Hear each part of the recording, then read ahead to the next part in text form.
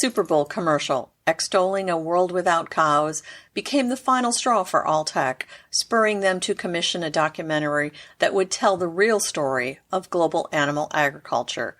What emerged after 3.5 years of investigation across 40 locations worldwide is a compelling narrative that's changing minds, even among non-agricultural audiences. Welcome to Feedstuffs in Focus, our podcast taking a look at the big issues affecting the livestock, poultry, grain, and animal feed industries. I'm your host, Sarah Muirhead. This episode of Feedstuffs in Focus is sponsored by Alltech, where the focus is on working together for a planet of plenty. During the World Pork Expo, we caught up with Lori Stevermer, Alltech Customer Service Manager and past President of the National Pork Producers Council, and Susanna Elliott, Alltech Chief Marketing and Communications Officer, to talk about the World Without Cows. So, Susanna, tell us about the World Without Cows documentary. Well, first, thank you so much for the opportunity to be here, Sarah, and to share a little bit with you about World Without Cows. It is a documentary that Alltech commissioned after, I think, a growing frustration with the narrative being shared about animal agriculture and how that was in contrast with what we see firsthand globally working in animal agriculture and the experiences that we have with ranchers and producers. And it really hit a tipping point, though, in Super Bowl 2021 when there was a commercial that extolled the virtues of a world without cows. And we said enough is enough. And that very week afterwards, we took 2 of our team members who are journalists by background. They work for us now. And we gave them a new assignment. And we said, you are now to pursue the facts behind, are we better off in a world without cows? And so they took the next 3.5 years traveling the world, visiting over 40 locations globally, talking to producers and ranchers and economists, human nutritionists, even vegans, to get all sides of the story and to pursue all of those facts. And so that we're telling a science-based, fact-based story, because that is what our business has always been focused on, is the science, but also a bit of the Irish storytelling is very much inherent in our DNA. And we completed the documentary in August of last year, and since then have had it translated into over 19 languages and have been entering it into film festivals.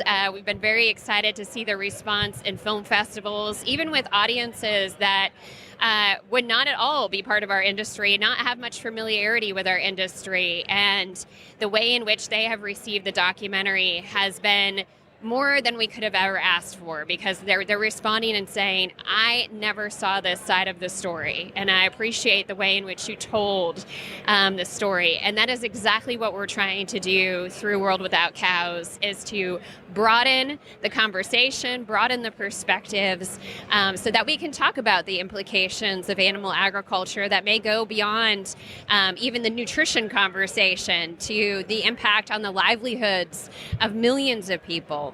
And as well as the environmental impact that may not be considered often. So now, Lori, there's cows in the title of this documentary. We're here at World Pork Expo. Talk to us about why a movie about cows is important to the pork industry. Yeah, I'm sure people are wondering why a pig farmer and past president of the National Pork Producers Council is talking about a world without cows, but 2 things. You know, last year as president, I talked a lot about showing up and how we as pig farmers need to show up, talk about what's going on our farms, because we're doing good things. We need to have consumers and people that are making decisions for us understand what we're doing. The thing that I really like about the documentary is it helps tell our story. And it's comprehensive, it is science-based, and it will allow us to expand our messaging to an audience that may not be someone that we talk to every day. And so I think it's really helping us show what we do on our farms. And yeah, they're cows, but it's the same thing in terms of what the cows provide in terms of nutrition, pigs can provide in terms of protein, the effect on people's livelihood, the jobs, the workers they have in their communities and how they support the communities. That's the same whether it's cows or pigs. the environmental impact in a positive way. Cows may graze, but pigs, we use the manure from our pigs to supplement our crops and fertilizers. So there's a lot of similarities there. And once again, it's just a great way to help show the positive impacts of agriculture. Yeah, really a message that goes across all species when you get right down to it. So, Susanna, the documentary's been shown at many events around the world. What's been the feedback? You know, I think the feedback starts with just even the name, World Without Cows. People see it, and whether they see it on a poster or whether they see it in apparel that we wear at these events or around town, and the questions start, what do you mean a world without cows? Which leads to an opportunity to have a conversation. And oftentimes, you know, even if you're talking to someone who may have a diet that does not include animal products and they're not interested in having a diet that includes animal products, you can have a conversation about what a world without cows would mean, and they start to see that there are implications to their daily lives or to things that they're passionate about, which include nutrition for all or carbon sequestration, and that the land sequesters more carbon with cattle grazing on it. So we often find that these conversations can lead to some points of common ground and agreement. And so that has been exciting just to see that impact, which I don't think we realized without even seeing the documentary. But we have shown the documentary, of course, first I think we wanted to share it with our friends throughout the industry so they got the first peek at it. And I think that has built a lot of pride in what we do in agriculture and the importance of it, particularly animal agriculture. It's probably broadened perspectives even in our own industry about global livestock production. But then we've shared it with very diverse audiences that have ranged everywhere from finance corporations. We're screening it a couple times with bankers next week in New York City, to members of parliament in Brussels. And the reaction has just continued to generate conversation and a wow, I didn't realize, I didn't know, which is exactly what we've been hoping to spark. I saw it down in Atlanta, and I learned things, you know, especially about the value that cows are bringing to children around the world when it comes to education and some of those factors that I think a lot of times we never even think about. So when we talk about that, Lori, what's been the pork industry's response to the documentary?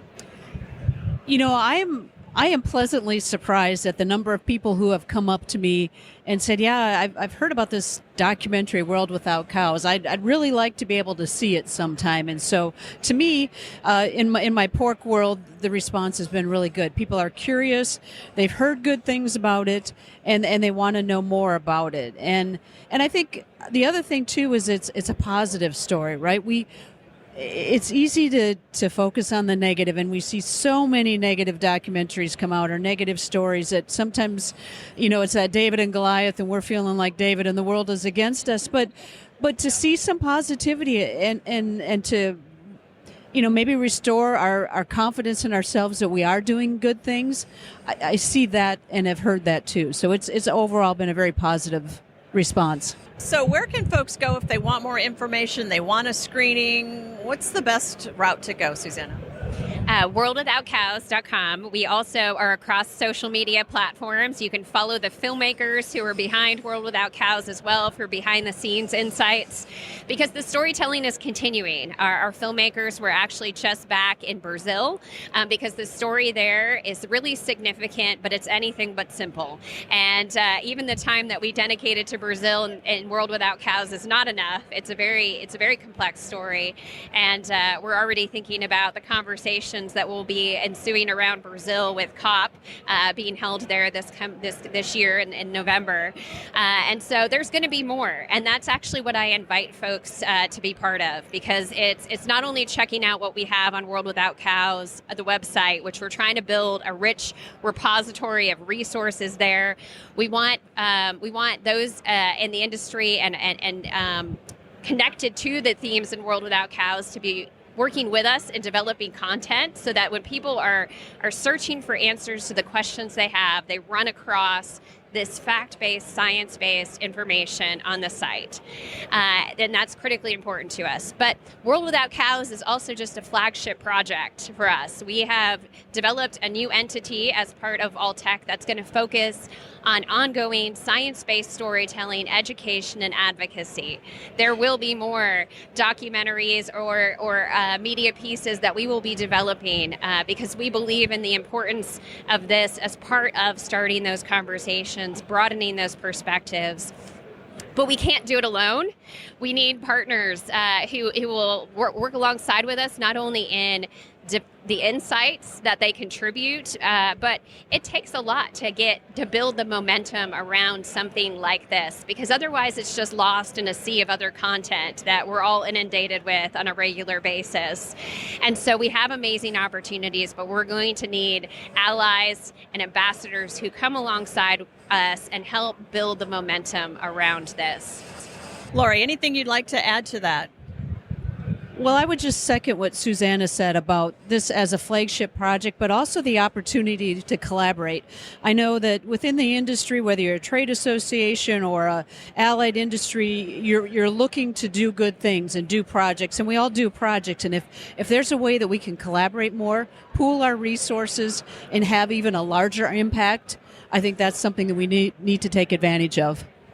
I'm Sarah Muirhead, and you've been listening to Feedstuffs in Focus. If you would like to hear more conversations about some of the big issues affecting the livestock, poultry, grain, and animal feed industries, subscribe to this podcast on your favorite podcast channel. Until next time, have a great day, and thank you for listening.